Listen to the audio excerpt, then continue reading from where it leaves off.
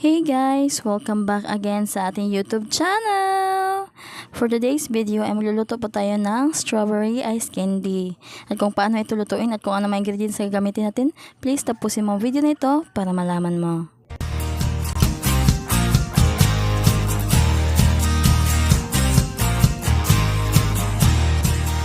Ayan, nakabili po pala ako dito ng isang pack po ng strawberry. Nasa 210 grams po pala ito.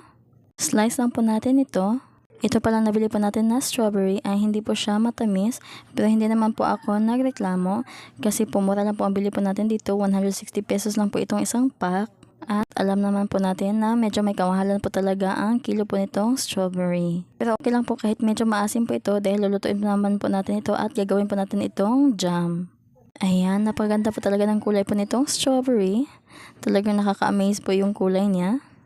Okay lang din kahit medyo maasim po ito, basta nandyan lang po yung flavor po ng strawberry, yun lang po yung kakailanganin po natin.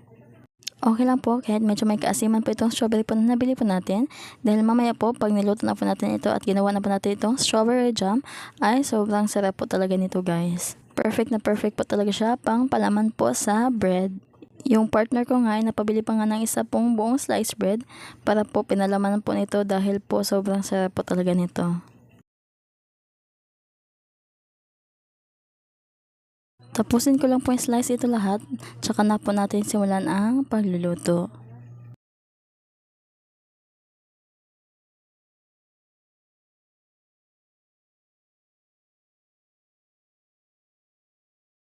Ayan, tapos na po tayo sa pagsaslice, kaya magsimula na po tayong magluto.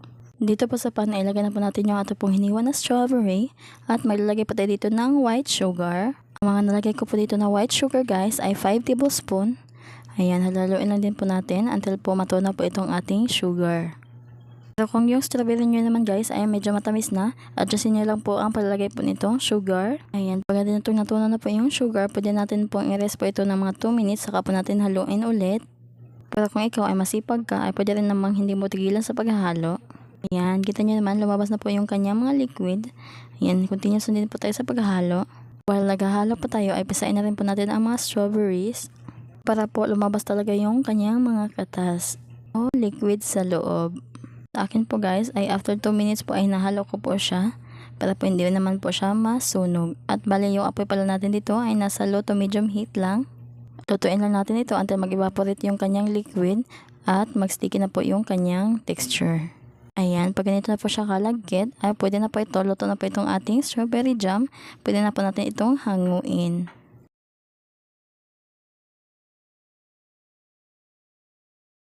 Ayan, kinuha ko lang po yung kanyang kalahati, pampalaman po sa bread mamaya. Masarap po ito, pwede po itong pampalaman po sa tinapay. Kaya ikaw, kung meron kang strawberry dyan, ay pwede mong gawin ganito, kahit maasim yan, ay pwede natin gawing strawberry jam. Hindi pa masasayang yung mga strawberries mo. Ayan, naghiwa lang po ako ng kalahating strawberry jam dito sa pan. Ito po yung ating gagawin po na ice candy. Maglalagay lang po tayo dito ng 2 glass po ng tubig. Halo-haluin lang po natin ito until po ma-dissolve na po yung ating strawberry. Pwede po kayo mag-add po ng food coloring pang pa-enhance lang po ng kulay. Kapag kumulo na po siya ay pwede na po tayo dito mag-add po ng cornstarch at halo-haluin lang po natin ito ng mabuti. Pwede rin po tunawin nyo na agad sa tubig yung cornstarch sa kanya po ilagay dito. At pag ganito na po ka-sticky yung kanyang texture ay pwede na po natin ilagay yung ating evaporated milk. Nasa sa inyo na po guys kung ano pong brand or ano pong evaporated milk yung gusto nyo pong ilagay. Basta dapat po ay isang buong can po ang ilagay po natin. Tuloy lang po ito ng mabuti until mag-combine na po yung kanyang color at yung lasa po nitong ating strawberry at ng ating evaporated milk.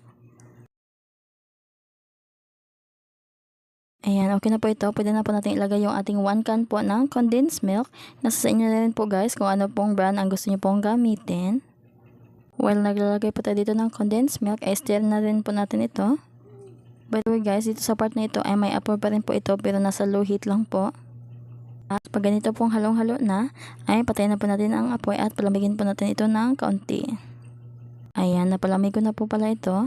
I-transfer ko lang po dito sa atin pong pitcher. Ito po yung pitcher na ginamit ko guys para po mas madali po ako magbalot mamaya ng ice candy. Kasi wala po tayong embudo. Ayan, gagamit rin po tayo dito ng plastic po na 1/3 by 10. Nasa sa inyo na rin po guys kung gaano po kahaba yung gusto nyo pong gawin. Pero ako, mga nasa 1 liter po yung haba po nito. At ibibenta pa natin ito ng tag 10 pesos.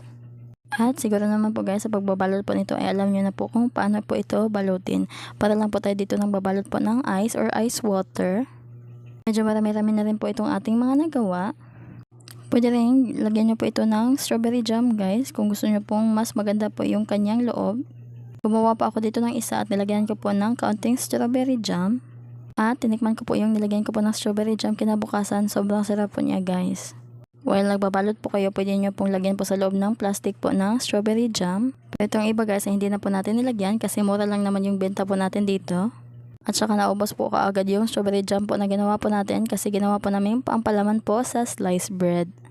At talaga pong nagustuhan po siya ng aking partner at ng aking mga kapatid. Masarap daw po pala yung strawberry jam. At ayan, tapos na po tayo dito sa pagbabalot. Ito po yung lahat po ng nagawa po natin. Lagyan lang po natin ito sa ref at hayaan po itong tumigas. Ayan, ito na po yung ating strawberry ice candy. Napakasarap po nito guys. Hindi pa po siya dumadating sa bahay ay may bumili na po. Kaya ayan, ano pa hinintay nyo, gawin nyo na po ito. Yan lang po. Thank you for watching. Bye! God bless!